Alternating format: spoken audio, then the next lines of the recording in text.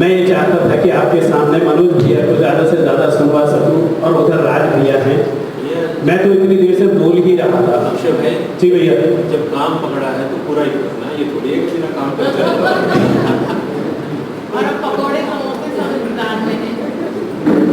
ठंडे तो नहीं हो रहे? नहीं, वो गरम है, घंटों गरम है। हाँ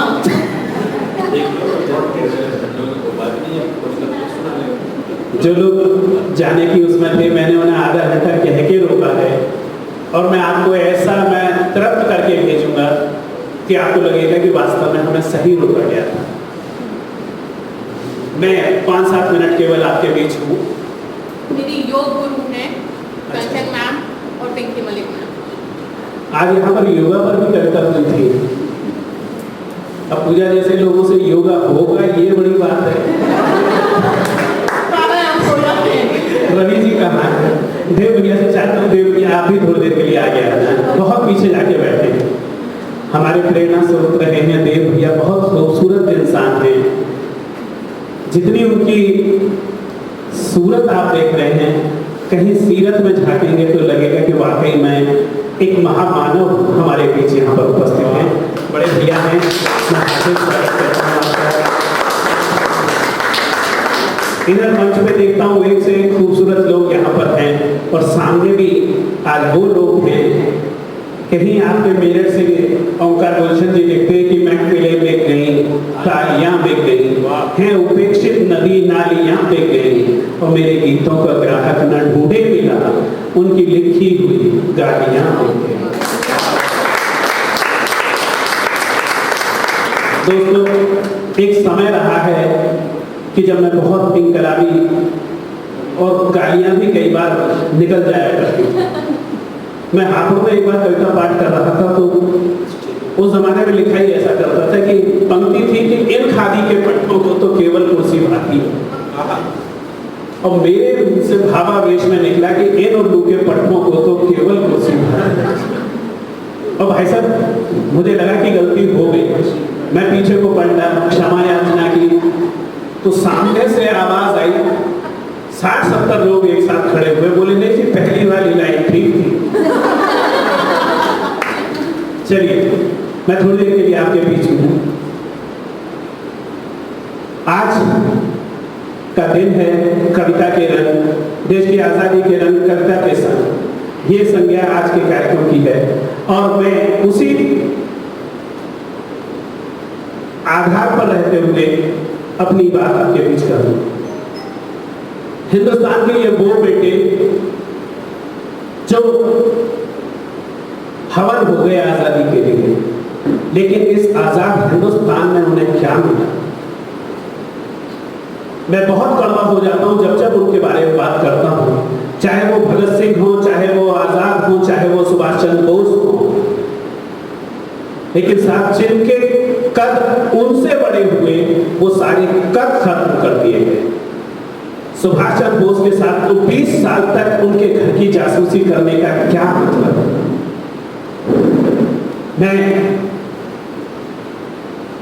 आज आपके बीच हिंदुस्तान के उन्हीं बेटों की एक तस्वीर रखता हूं कि स्वयं की रक्तम संविधाओं से आजादी का हवन किया, स्वयं की रक्तम संविधाओं से आजादी का हवन किया, जिन कोख ने उनको जन्म दिया भीगी आंखों से नमन किया। सुखदेव भगत सिंह राजगुरु हंसकर फांसी पर झूल गए, शब्द दर्शन हेतु नहीं मिले, क्रूरता हम क्यों भूल गए। जिस माँ ने उनको जन्म दिया जो चिपट के ना रोने पाई, एक भूख सी उठती थी दिल में कभी चैन से ना सोने पाई, माँ की समझी नहीं कुर्बानी, वो देश नियंता हो गए, दिया चीर कलेजा माँ का, बापू चाचा नेता हो गए।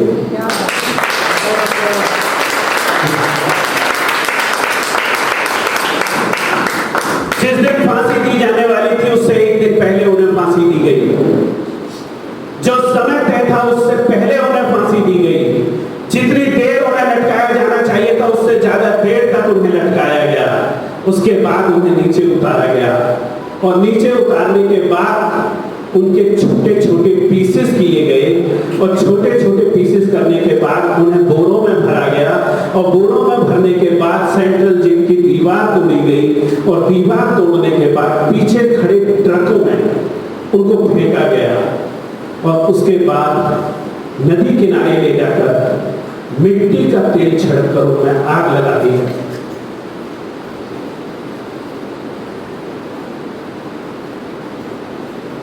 और साहब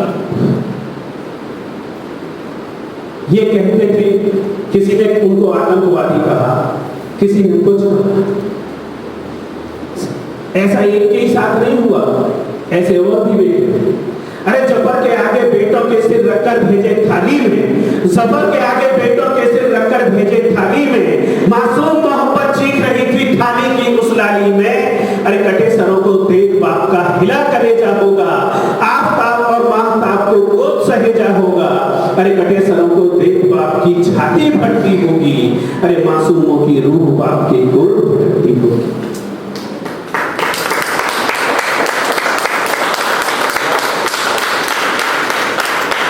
आप कितना शून्य होते जा रहे हैं और उसकी वजह मैं बहुत कड़वा बोल रहा हूं। एक मां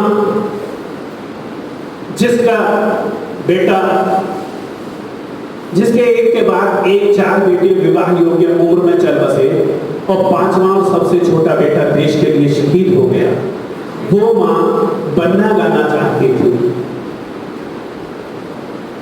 चंद्रशेखर आजाद जी को बर्फी बहुत पसंद थी, उनकी मां इलायची की बर्फियां बनाया करती थी। उस मां को इस आजाद हिंदुस्तान में उनकी मूर्ति लगाने के लिए हमारे देश की तत्कालीन सरकार ने जगह दी। उस मां के लिए आज का ये कविता पाठ मैं देश की हर मां को नमन करते हुए समर्पित करता हूं।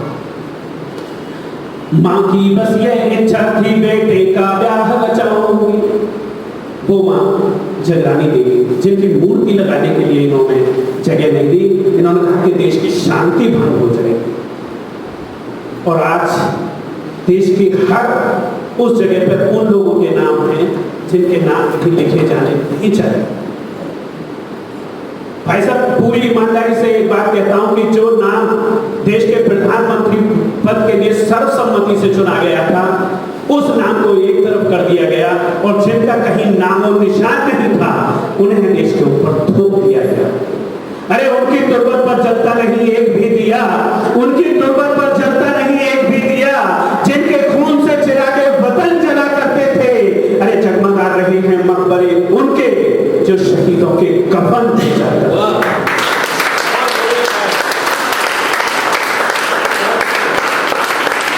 आपकी इजाजत हो तो हिंदुस्तान के उन्हीं बेटों को नमन करना चाहता हूँ, एक के बाद उनसे सभी को नमन करता हूँ। स्वागत है। माँ की बस ये इच्छा थी बेटे का ब्याह रचाऊं, माँ की बस ये इच्छा थी बेटे का ब्याह रचाऊं, बेटा बहू लेने जाएगा झूम के वरना गाऊंगी। सुन आवाज पिता की माँ के अक्षर में छुप जाता था, भारत माँ के कष्ट देखकर रोम रोम दुख जाता था। माँ की बेड़ी खंडित करने का संकल्प पुराना था, शेखर आजादी की पावन शम्मा का परवाना था। अगर पता ये होता उससे घर परवाने को, माँ तरसेगी उसकी आजादी में दो दो दाने को, तो वो शेर नहीं करता बेकार शहादत की गलती, या गोरों से पहले गोली काटे अपनों पर चलती।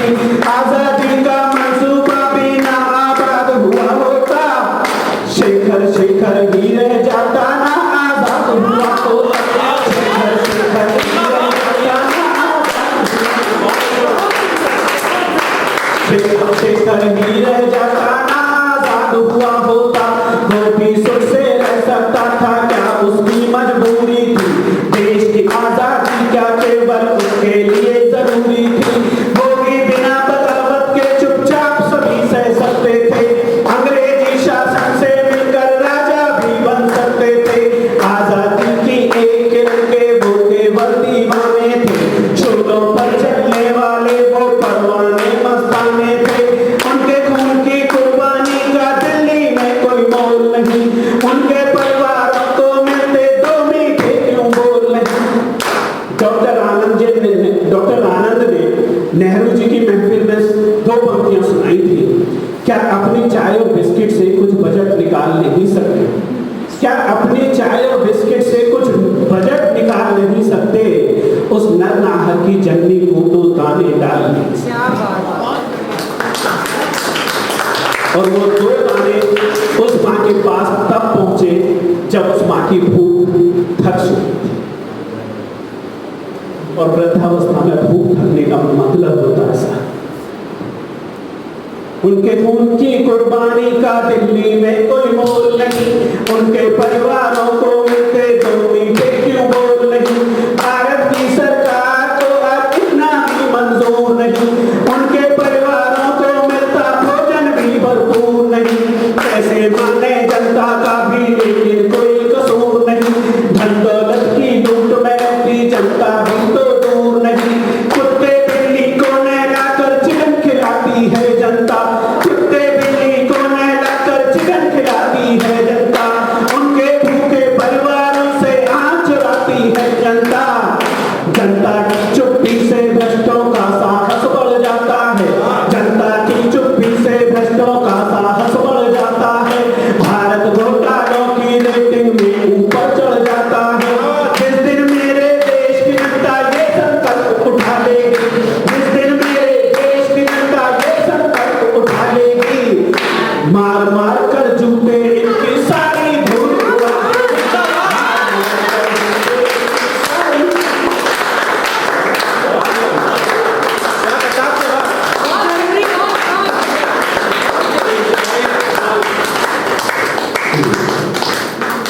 मार मार कर जूते इनकी सारी धूल उड़ा देगी।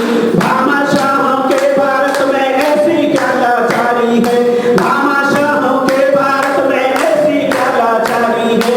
क्या केवल शासन सत्ता की सारी जिम्मेदारी है, क्या भारत की जनता उनका कोई एहसान नहीं, जो हम तन धन से उनका कर सकते सम्मान नहीं।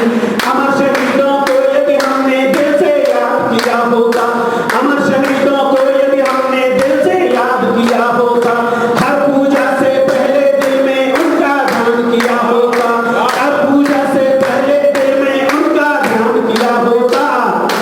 अपने खून की लाली से जो माँ को तिलक लगाते हैं, अपने खून की लाली से जो माँ को तिलक लगाते हैं, ऐसे क्रांति वीरों को हम नित्य शीश नवाते हैं।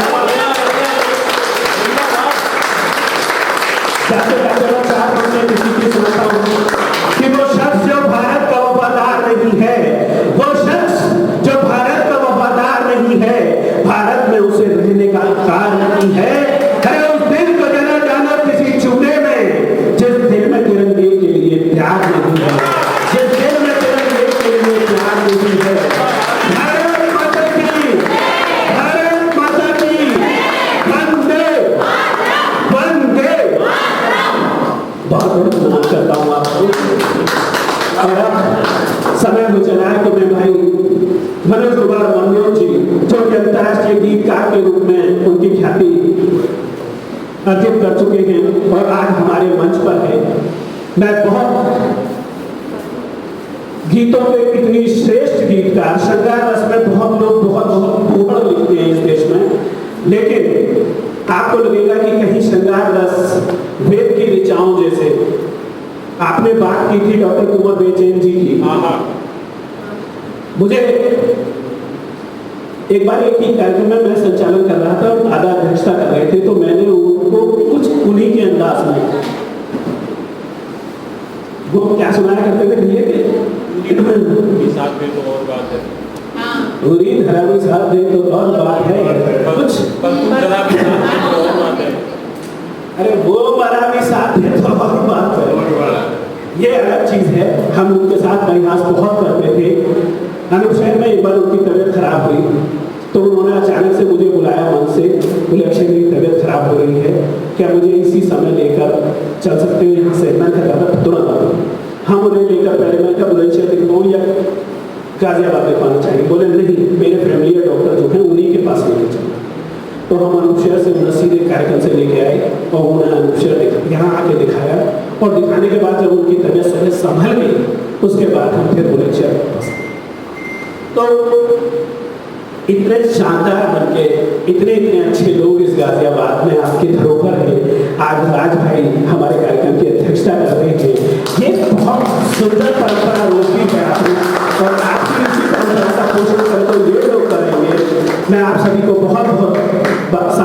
करता हूँ, बधाई देता हूँ कि इतने शानदार लोग इस धरती पर हुए। डॉक्टर कुंवर बेचैन जी के गीत फिल्मों में शामिल हुए तो मैं उनके उन्हीं अंदाज में छेड़ा करता था कि पूरी धरा भी साथ दे तो और बात है। आज मैं कर नहीं पा रहा हूँ, थोड़ा माइक खराब हो गया, कि पूरी धरा भी साथ दे तो और बात है, पर तू जरा भी साथ दे तो और बात है। अरे चलने को तो इन गाँव से चल रहे हैं लोग, पर दूसरा भी साथ दे तो और बात है। एक उनका बेहद खूबसूरत गीत हुआ करता था जो उन्होंने पढ़ते समय चंदौसी में लिखा था। वो गीत था, जितनी दूर अधर से सपना, जितनी दूर नयन से सपना, जितनी दूर अधर से हंसना, और बिछड़े जितनी दूर तुम्हारे पाँव से, उतनी दूर सजन हम तेरे गाँव से। सर आप अपने पाँव उठाकर माइक तक आ जाएं तो बहुत अच्छा लगे। एक बार जोरदार तालियों के साथ सभी लोग आमंत्रित करें।